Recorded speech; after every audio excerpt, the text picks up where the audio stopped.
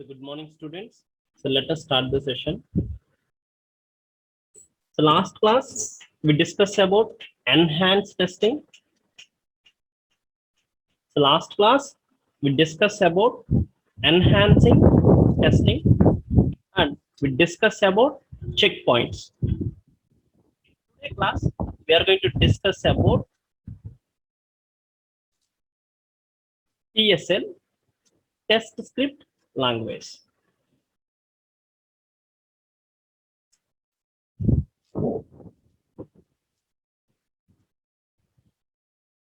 So test script language, so TSL.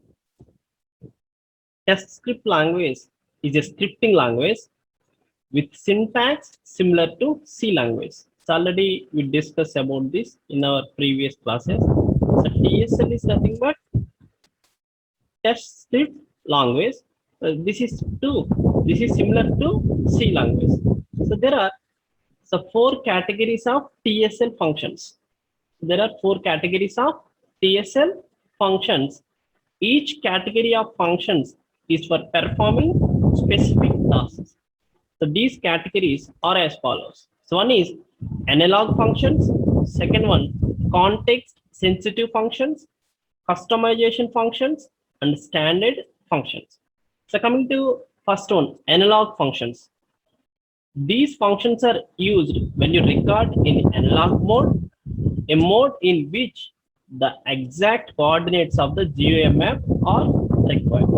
So analog functions is nothing but these functions we are going to use when you record a test in analog mode. A test in analog mode. So now in this mode you are going to which the exact coordinates of the GUI map. GUI map is nothing, for example, this is the window. In this window, so these are the buttons. Now, so these buttons have some exact coordinates, X and Y values. Okay. So next one, context sensitive functions. So these functions are used where the exact coordinates are not required. Okay. So sometimes you are going to check that this is the button. If you click on this button, then only you are going to execute some instructions. That means here you are going to check with the help of X and Y coordinates. No, in some cases, so these X and Y, these coordinates are not required to test your application. For example, open window. So this open is open or not, you are going to check. Further, there is no need of coordinates. The customization functions. So these functions allow the users to improve the testing tool by adding functions to the function generator. Okay, so customization functions, these are the analog functions and context sensitive functions. So for that, you are going to add some more instructions or some more statements that was customizable by the user. So these functions allows the user to improve the testing tool, by adding the functions to the function generator. Next one, standard functions. So these functions include all the basic elements of programming language like control flow statements, mathematical functions, string related functions, etc. Okay, so these are the four types of functions, the four types of categories. So one is analog function, context sensitive function, customization functions, and standard functions. Okay, so now we are going to see the most frequently used functions in each category are as follows. First one, click. The click function. To click a mouse button. To click a mouse button. The syntax is click, mouse button, time. Mouse button specifies the left, right, or middle. So this you are going to specify in the place of mouse button. DBL click is nothing but double click. So double click a mouse button. For example, if I double click, so what is the action you are going to perform? If you click the left button, then what will be happen? What action you are going to perform? Okay, these you are going to write in these functions. So DBL click, the double click a mouse button. So DBL click, the syntax is DBL click and mouse button time. Here mouse button means you specify left, right or middle. So get X function to get the current X coordinates of the mouse pointer. So mouse pointer, if you want to retrieve the coordinates, X coordinates of a mouse pointer, then you are going to use the function get X. It returns an integer. This integer represents the coordinates of your mouse, X coordinates of your mouse. So similarly, get Y. So get Y to get the current Y coordinate of the mouse pointer. So get Y. So this is also this function get Y function also returns the integer. The integer represents the Y coordinates of the mouse pointer.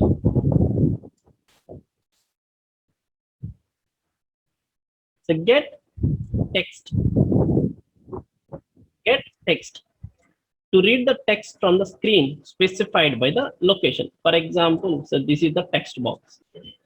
In this text box, we are going to enter the data, for example, CRR, COE. Now, how we can get the data from this text box means by using get text. To read the text from the screen specified by the location. This is the location here. So this is the text box location. So from this location, you are going to read the text. For that, the syntax is get text, the location. So that means this is the text box containing some X and Y coordinates.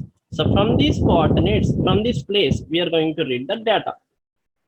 The location can be say X, Y, X2, Y2 or X, Y or no location. When no location is specified, it considers the point closest to the mouse point. Next, button check info to check the value of the button property.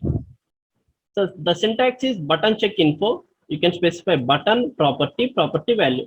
So button means name of the button. You create a button, OK. So now, so this OK button have some name. So this OK we are called as a caption, and this OK, for example, button 1. So button 1 is the name. You specify here a property. The property to be checked. What this button have many properties. The name, the width, length, color. So 4 color. All these are the properties. Here you can specify the property to be checked, and property value. The property value, for example, enable. All these are the property values. So button check state to check the state of the radio or checkbox. The syntax is button check state. If you observe the radio button, so this is the radio button. The radio button have two states. One is true, another one is false. And similarly, the check button. So this is the check button. Okay. So these two have some states, either true or false. Okay. To check the state of the radio button or checkbox, the syntax is button check state, button state. So that means one name of button represents name of the button, and state represents the state of the button. That is either 1 or 0. 1 represents on, 0 represents off. 1 means true, 0 means false. Okay. So next one, so button get info. So this function returns the value of button property. So button get info, button property out value. The button represents name of the button, and the property of the button to be retrieved. So out value, the value where the retrieved property value will be stored. That means if it returns the property, for example, I check that a button is enabled or not. Now it returns a value. So that we are going to store that out value, the variable, the out value we are going to store in a variable that we specify here in out value. So next one, the button get state. The button get state. So this button get state function to get the state of a radio button or check button. The syntax is button get state, button comma out state. So out state, I hope you all know button represents the name of the button, and out state is a variable to store the retrieve the state of the button will be stored. The variable where the retrieved state of the button will be stored. So button press. So clicks on a push button. If you, this is the OK. For example, this is the OK button. Now, when I'm using this, if I press this button, then so what is the action you are going to perform? Here, button press, the syntax is you write the button press button. The logical name of the button you can specify here. The logical name of the button. So button set. To set the state of a radio or check button, you are going to use the button set. That means by default, so for example, this is the checkbox. So by default, this is in on state. Then you are going to use button set. So button set function is used to set the state of a radio or check button. So for example, this is the radio button. So which college you are, CR or COE. Then by default, state of the CR or COE is on. Then you are going to use this button set. Okay. So button set, button comma state. Button means the name of the button. State means you can specify either on or off. Okay. So button wait info. It waits for the value of a button property. The syntax is the button wait info, button property value time. The button specifies the name of the button. The property specifies the property of the button. Value specifies the value of the property, the time interval before the next statement to be executed. That means the button wait info. So this function is used to waits for the value of a button property. For example, so this is the button. So after 10 seconds, this button will be enabled. So before 10 seconds, so now it is in disabled.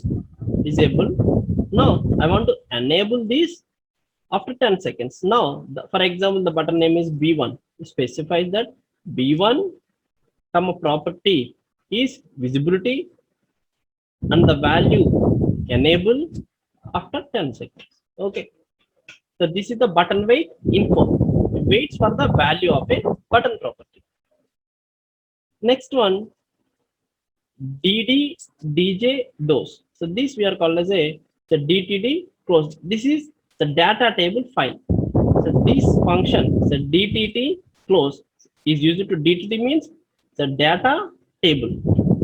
This function you are going to use to close the data table file. The syntax is DDT close to specify the table name. Okay. So here the data table name specifies the name of the data table. Okay. The next one, so DDT, so close all the tables. To close all open tables, the syntax is DDT, so close all tables, and DB disconnect. So DB disconnect. So to disconnect, so from the databases and the database session. To disconnect from the database and end the database session, you're going to use this function. The DB disconnect, you're going to give the session name here. Session name is logical name of the database. The DDT is get row count to retrieve the number of rows in a data table. The syntax is DDT get row count.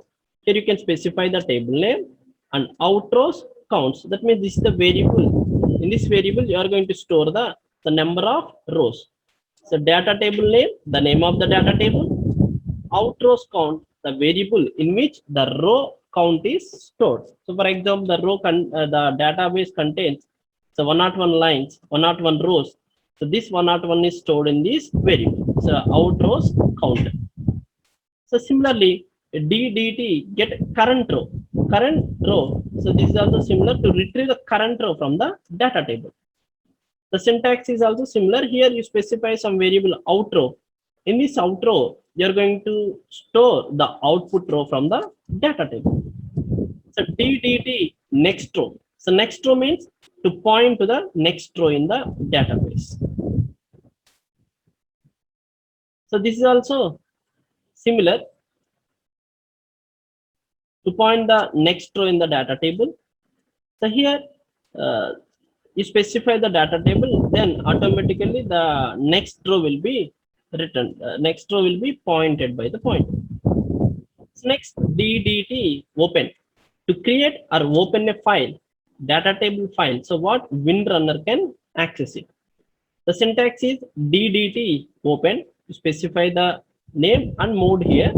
The mode specifies the mode is in which the tables has to be open. That means it open in read only. That means R. You're going to write a W or RW or append. So these we are called as a modes of the file. So DDT open. So this function we are going to use to create or open a data file. So what WinRunner can access it. So the syntax is DDT open. The data table name, that means the table name and mode you can specify. The next one.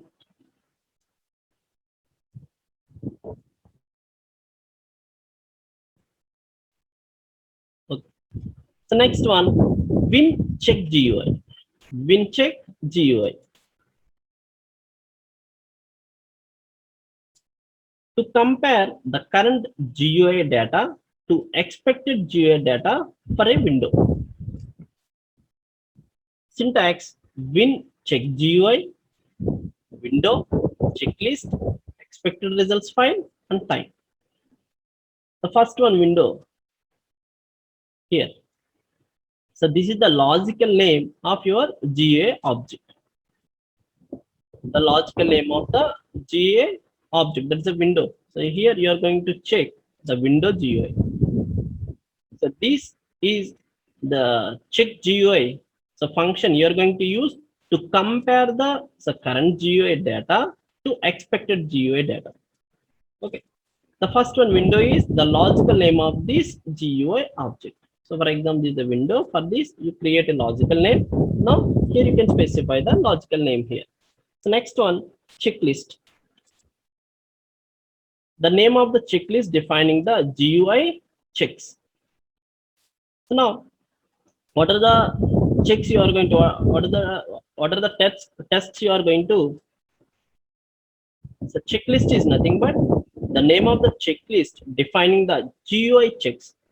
So what are the checks you want to perform on this window that we called as a checklist. That means I want to check a button here. I want to check the background color. I want to check the foreground color. So all these we are called as a checklist. Expected results file. The name of the file that store the expected GUI data. So this is the this is the checklist contains the what are the checks you are going to check. That means what are the properties you are going to check on this GUI. And another one is expected results file. In this, you are going to store the name of the file that stores the expected GUI data. These are the expected results. So these are the checklists. Time specifies the delay between the previous input and the next input. So next, list activate item. To activate an item in a list. So list is nothing but this is the list. So for example, all these are the options. If you scroll down, we get the lists here. In one of in these list items, you are going to select one of the list. So list activate item. To activate an item in a list, the syntax is list activate item. So list item offset. The list, the original name of the list, the logical name of the list here. Item, the item to be activated in the list, and the horizontal offset of the click location in pixels. That means, for example, this is the list. So contain some colors. So now you can specify that. So activate the item, for example, one red color. So this can be loaded as a default value.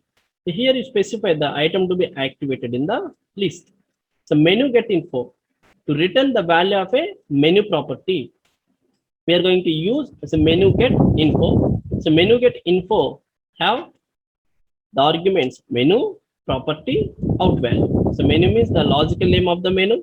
So property, the property to be checked. So every objects in this GUI have some properties. And now the variable in which the value of the specified property is stored. Next, so menu get item. To return the contents of a menu item. Syntax, menu get item, menu item number and out contents.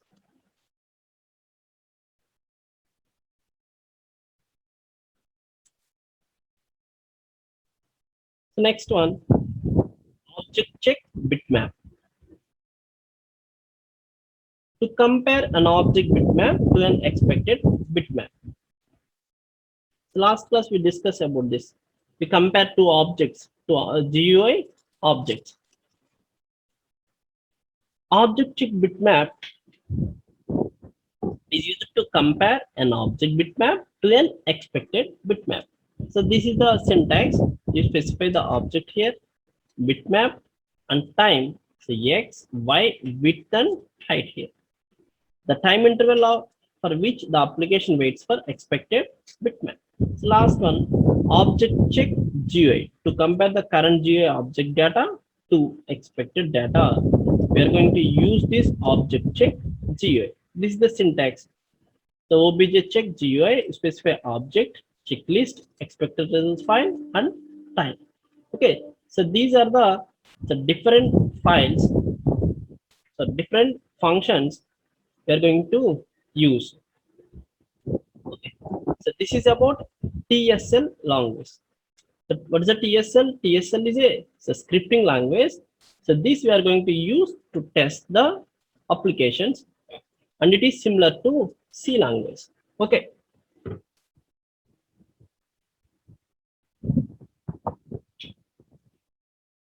Now, so TSL is nothing but say test script language. So now we have different test script language. The last few classes we discussed about Windrunner. So this is a TSL. Okay. So select the right automated testing tool. So selecting an automated testing tool is one of the most important aspects of test automation. It also goes without saying it's not as easy as it sounds. That means there are many testing tools are available. Now, in these testing tools, so for example, Windrunner, LoadRunner, and JMeter, so all these are the testing tools. Now, in these testing tools, you are going to select the one as a automated TSL for TSL. There are various tools in the market, so it's important to choose the automated testing tool that best suit your overall requirements. Okay.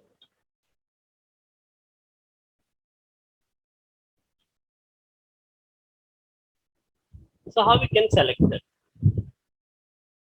Supports your platforms and technology. So for example, Windrunner will installed in Windows operating system. So supports your platforms and technology. If your applications run on mobile, the tool must be able to execute scripts on mobile. If you work with Android, the tool must support it. Similarly, it's flexible for testers of all skill levels. You must have people capable of using the tool or who can learn it in a short amount of time. Automated tests that are resilient.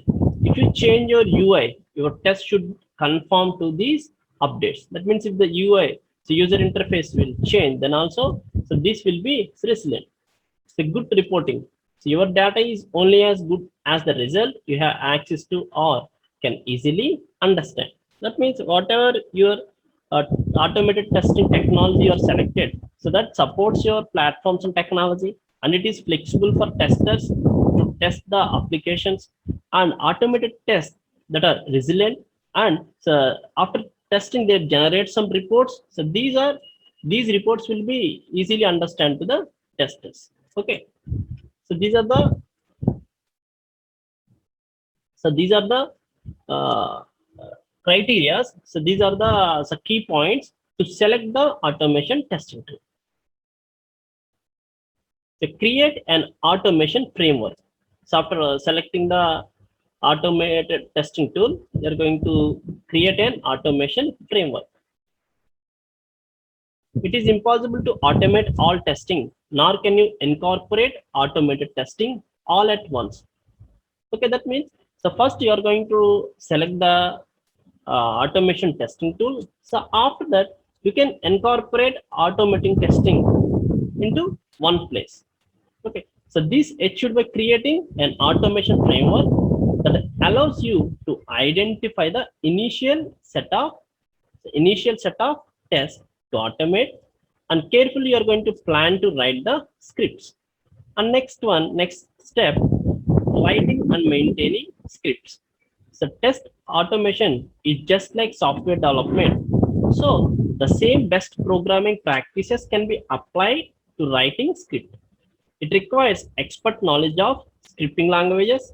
So have QA engineers, question and answer engineers, that know the script language provided by your chosen automated testing tool.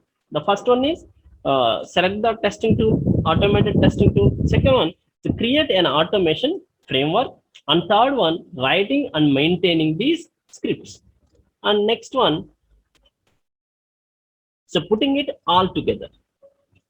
So whenever the right situation arises, you should automate your test case. And the best practices described in this article will help you introduce automation to your company in a seamless way. There are additional resources such as QA technology that can help you avoid common mistakes and improve your automated testing process. So putting it all together means you can select the automation testing tool. So after that, you are going to organize that. So create an automation framework. So after that, you are going to write and maintaining the scripts. Okay. So this is about today class. So next class, we are going to discuss about running and debugging tests. So thank you all. We meet in tomorrow class. Thank you.